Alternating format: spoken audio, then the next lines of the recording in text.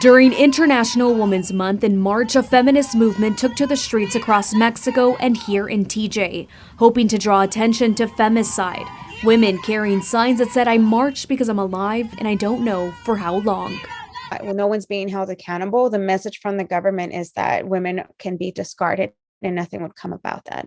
And that's really one of the reasons why these protests keep happening. 3 weeks ago, the U.S. Department issued a travel advisory for Baja California based on the recent crimes and kidnappings, causing some tourists to reconsider travel plans. For those living in Baja California, the issue surrounding high crime rates is nothing new, especially crimes against women. The worst of those crimes, gender-biased killings towards females. So it's perpetrated by an intimate partner or a family member. It's got a sexual component. The body is sort of left exposed in a particular way. Michael Lettieri, a UC San Diego professor and co-founder for the Mexico Violence Resource Project offered for students at the university, says there are numerous categories that identify a crime as femicide. You get those 7 categories that legally define something that should be a femicide. That has to translate from sort of the crime scene to the case file for it to become a legal femicide. According to the state attorney general, in Tijuana, there have been 3 femicides in March.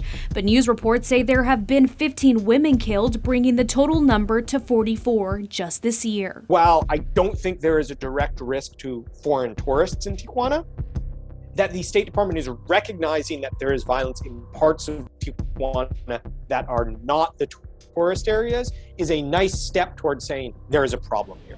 Yet many believe that with unreliable data, the number of femicides in Mexico is likely significantly higher. 70% of the crime that happens in Baja California is in Tijuana. Some experts attribute some of the killings to drugs and sexual assault. And this is why they are not willing to investigate the case as feminicides. They're not out there on the street saying, demand justice, from the Sinaloa cartel.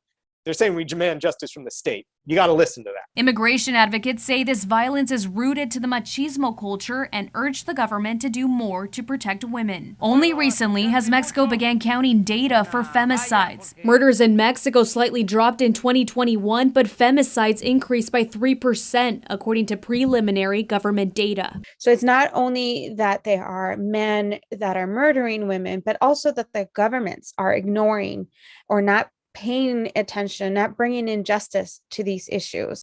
Regina Urita, CBS 8.